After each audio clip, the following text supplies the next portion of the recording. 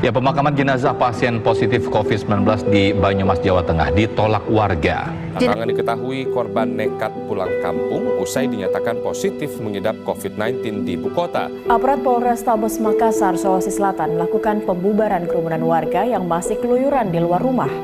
Masih adanya warga yang beraktivitas meski tidak ada keperluan penting membuat Ketua RT di Kecamatan Rapocini, Makassar, Sulawesi Selatan bertindak tegas. Pemirsa, dokter dan tim medis menjadi pejuang garda terdepan dalam perang menghadapi virus corona. Ironisnya mereka bekerja di tengah segala keterbatasan sarana dan prasarana tanpa menghiraukan risiko mematikan di tengah tugas mulia.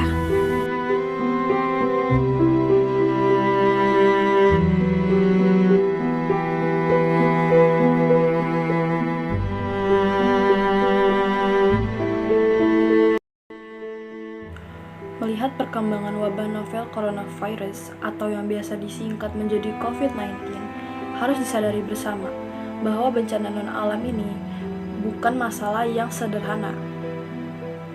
Wabah corona ini apabila tidak segera ditangani akan berdampak pada krisis multidimensi yang sangat berbahaya. Sejak muncul pada Desember lalu, ada sekitar 266 orang positif corona dan 11.000 orang sudah meninggal karena corona. Virus ini sudah menyebar ke 179 negara.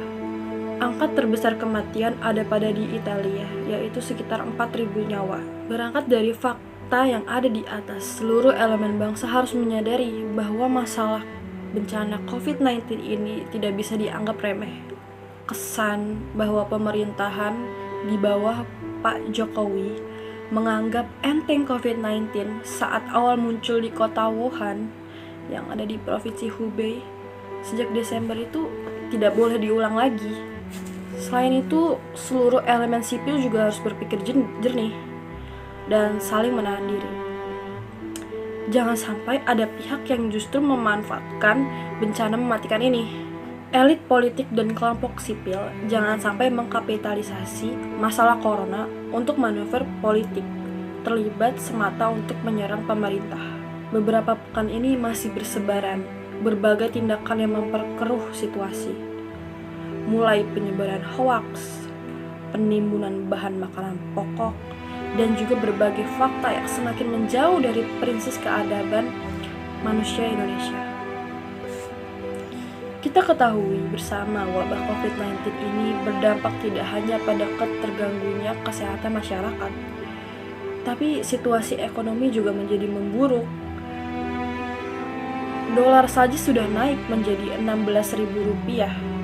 Bahkan di tengah kondisi ekonomi dunia yang diprediksi hanya tumbuh 2%, Menko Sri Mulyani mengatakan, jika wabah ini terus berlanjut, pertumbuhan ekonomi akan berada pada 0%. Masyarakat yang berada di red zone, misalnya Jakarta, Depok, Bekasi, dan Bogor, masih belum mau menjalankan instruksi pemerintah dan para ahli.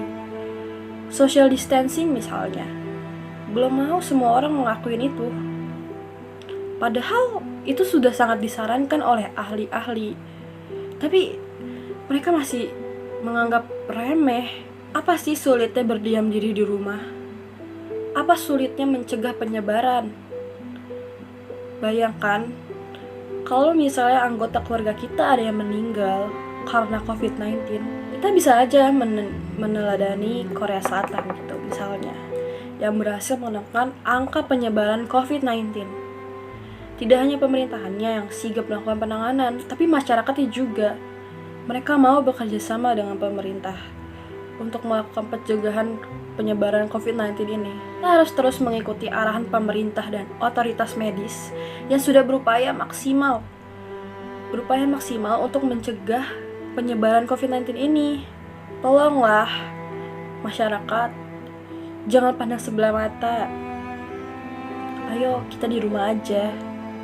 Tidak merugikan kok.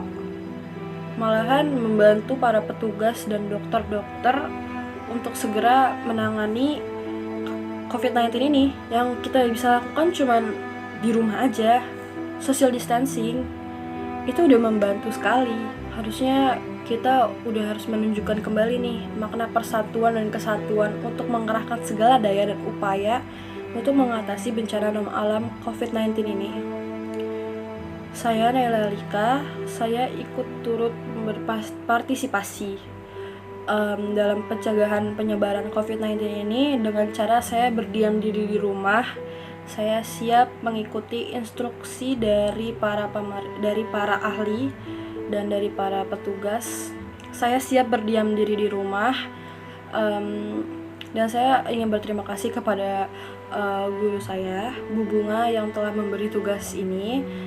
Ya, sekian, terima kasih. Wassalamualaikum warahmatullahi wabarakatuh.